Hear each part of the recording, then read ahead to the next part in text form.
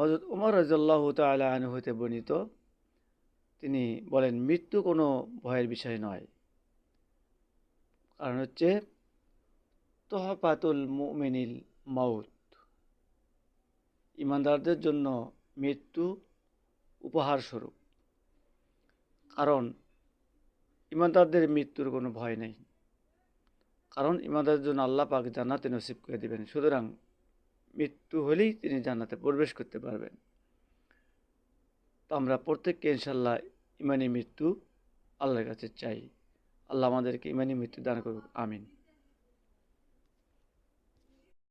সম্মানিত মুসলমান ভাই বোনেরা আমার, আসসালামু আলাইকুম রহমতুল্লাহি ওয়া বারাকাতুহু। আল্লাহ রাসূল পাক সাল্লাল্লাহু আলাইহি সাল্লাম সমস্ত তিনি খানাপিনার